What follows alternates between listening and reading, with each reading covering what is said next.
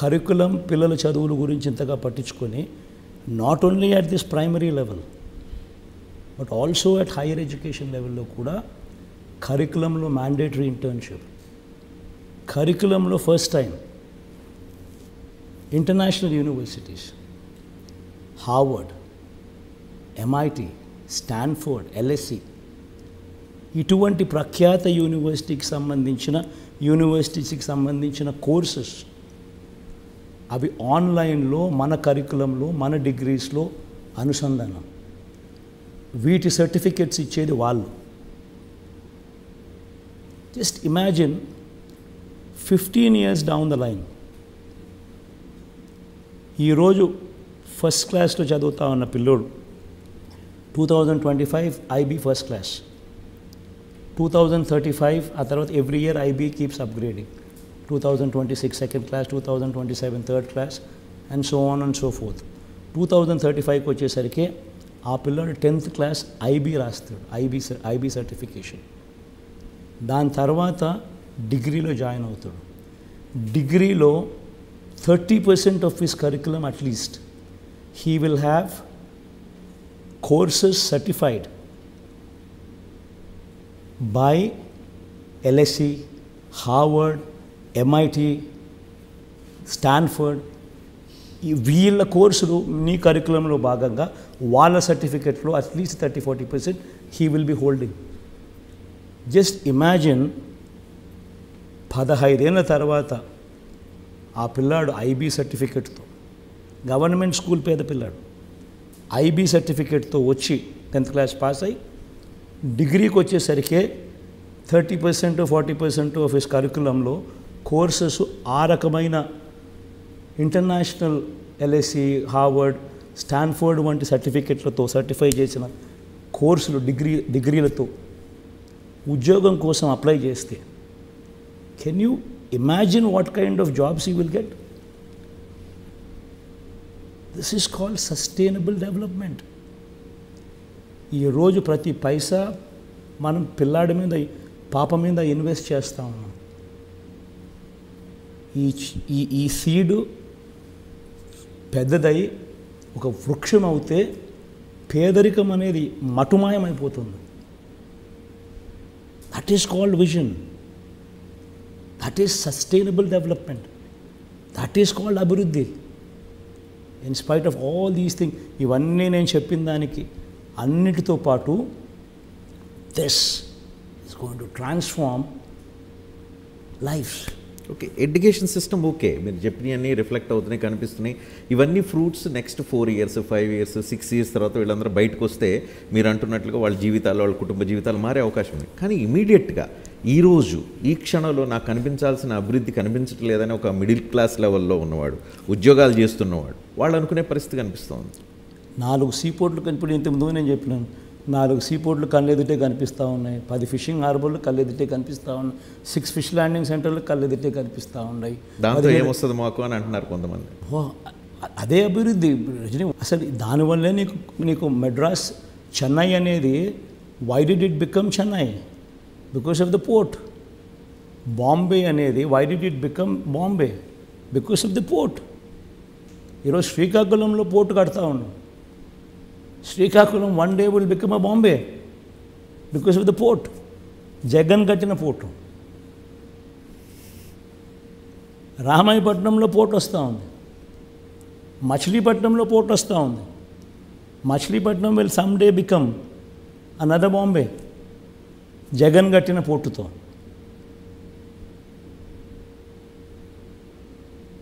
కళ్ళెదుట కనిపిస్తూ ఉన్నాయి. ఇవన్నీ కనిపిస్తూ ఉంటే ఇంకా చూడకూడదు అని అనుకుంటే వాళ్ళకి మనం ఇంకేం చెప్పలేము. ఇవన్నీ ఎన్ని రోజుల్లో ఫ్రూట్స్ అందే అవకాశం ఉంది? స్థానిక ప్రజలకు కావచ్చు, ఉపాధి అవకాశాలు కావచ్చు, మీరు చెప్తున్న బాంబే తరహా డెవలప్మెంట్ కావచ్చు, ఎన్ని సంవత్సరాలు పడుతుంది? ఐ థింక్ మీరేం చేయాలంటే రజనీ, నేను అడుగుతున్నా కాబట్టి ప్లీజ్ కెమెరాని తీసుకొని పోండి. కడతా ఉన్న 4 పోర్ట్లను చూపించండి. చూపించాం మేము ఆల్రెడీ. చూపించిన తర్వాత పర్సెప్షన్ కొంత ప్రజలకు చూపించండి, మారింది. ప్రజలకు చూపించండి. కడతా ఉన్న 4 పోర్ట్లు చూపించండి. కడతా ఉన్న 10 ఫిషింగ్ హార్బర్లు చూపించండి. కడతా ఉన్న ఇంటర్నేషనల్ ఎయిర్పోర్ట్ భోగాపురంలో కడతా ఉన్న ఎయిర్పోర్ట్ను చూపించండి. విస్తరించిన ఎయిర్పోర్ట్లను కూడా చూపించండి. ఇవన్నీ కళ్ళ ఎదుటే కనిపిస్తూ ఉన్న అభివృద్ధి కార్యక్రమాలు. ఇవన్నీ ట్రాన్స్లేట్ అవుతాయి. Unfortunately we do not have Hyderabad city, which is a power engine. 60% of the revenues, 60% of the revenues of Telangana come only from Hyderabad, because it is the growth engine. Mana growth engine atuvantidi is Vizag. It is the biggest city. రాష్ట్రంలో biggest city is Vizag. దీంట్లో మనం Bhogapuram international airport ఏదైతే కడతా ఉన్నామో అది, ఉత్తరాంధ్రకు సంబంధించి శ్రీకాకుళంలో వచ్చే ఆ పోర్టు, ప్లస్ మనం విశాఖపట్నం మీద ఫోకస్ పెడుతూ మనం అక్కడే షిఫ్ట్ అయిపోయి విశాఖపట్నంలోకి మనం మకాం మార్చి ముఖ్యమంత్రి అక్కడే ఉండడం మొదలుపెట్టి దాని మీద ఎప్పుడైతే అక్కడ ఫోకస్ వస్తుందో అప్పుడు 10 సంవత్సరాల తర్వాత మనకు తెలియకుండానే విశాఖపట్నంలో ఎంతో అభివృద్ధి జరిగి హైదరాబాద్కు, బెంగళూరుకు, చెన్నైకి కాంపిటీషన్లోకి వెళ్ళిపోతున్నది. వెరస్ అమరావతి అనేది సోకాల్డ్ అమరావతి అనేది ఇది విజయవాడలోనూ లేదు, గుంటూరులోనూ లేదు. 40 kilometres away from Vijayawada, 40 kilometres away from Guntur. In a barren land. ఇందులో బేసిక్ ఇన్ఫ్రాస్ట్రక్చర్, రోడ్లు, వాటరు, ఎలక్ట్రిసిటీ, సీవేజ్, ఇటువంటి బేసిక్ ఇన్ఫ్రాస్ట్రక్చర్ కట్టడానికి, బిల్డింగుల గురించి నేను మాట్లాడడం లేదు, మిగతాటి చెప్తున్నా, బేసిక్ ఇన్ఫ్రాస్ట్రక్చర్ కట్టడానికే ఎకరాకు 2 కోట్లు అవుతుందని వీళ్ళే లెక్కలు కట్టి డిపిఆర్లు ఇచ్చారు. 50,000 ఎకరాలు అంటే ఇంటూ 2 కోట్లు అంటే 1,00,000 కోట్ల రూపాయలు. అది ఈరోజు 1,00,000 కోట్లు. ఇది ఈ 1,00,000 కోట్లు పెట్టేసరికే ఈ 15 ఏళ్ళలో 20 ఏళ్ళు అవుతుంది. ఈ 15 ఏళ్ళకు 20 ఏళ్ళకు ఈ 1,00,000 కాస్త ఈ 15 లక్షల కోట్లు, 10 లక్షల కోట్లు, 15 లక్షల కోట్లు అవుతుంది. It's always going to be a dream chasing. Okay, ఇక ఉపాధి అవకాశాల గురించి మనం మాట్లాడదాం. గవర్నమెంట్ ఉద్యోగాలకు సంబంధించి మీరు పదే ప్రసంగాల్లో మీరు ఎలక్షన్ క్యాంపెయిన్లో చెప్తున్నారు, గ్రామ సచివాలయాలు పెట్టాం, 2.5 లక్షల మందికి ఉద్యోగాలు ఇచ్చామన్నట్టు. కానీ నేరుగా ప్రభుత్వ ఉద్యోగాలు ఎంతమందికి ఇచ్చారు?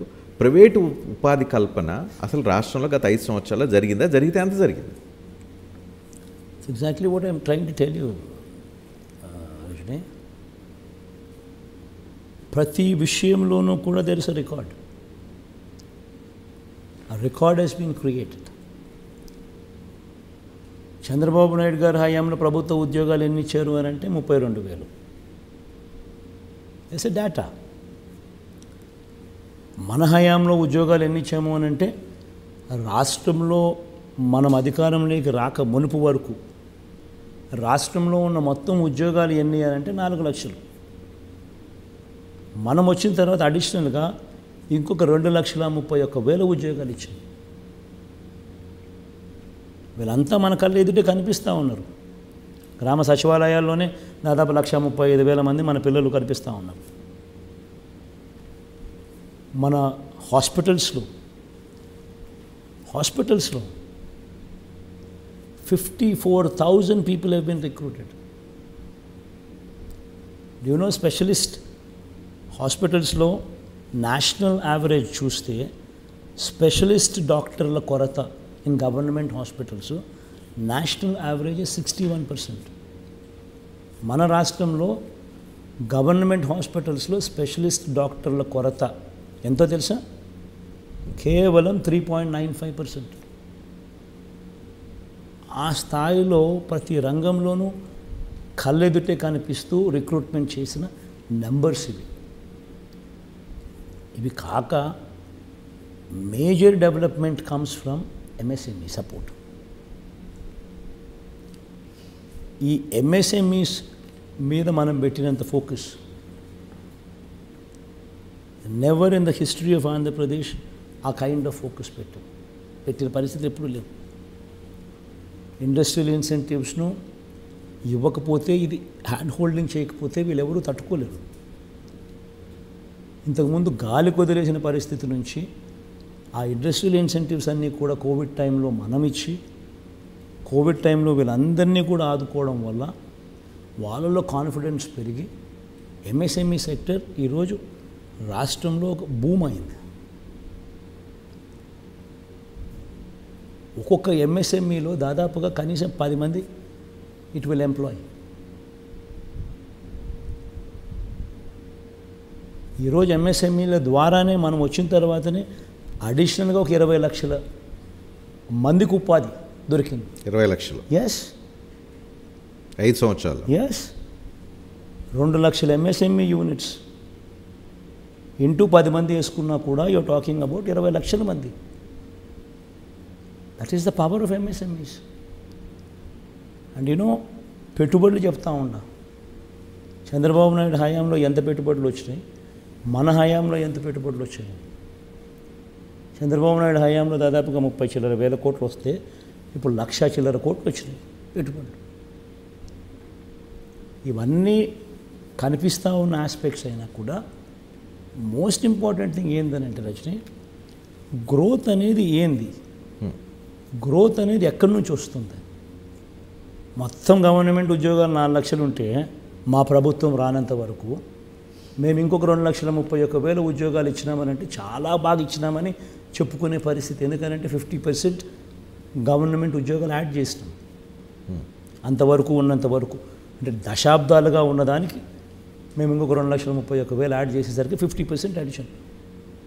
మేజర్గా ఉద్యోగాలు వచ్చేది ఎక్కడ అంటే ఎంఎస్ఎంఈస్ ద్వారా వస్తుంది. రెండోది సెల్ఫ్ ఎంప్లాయిడ్ సెక్షన్స్.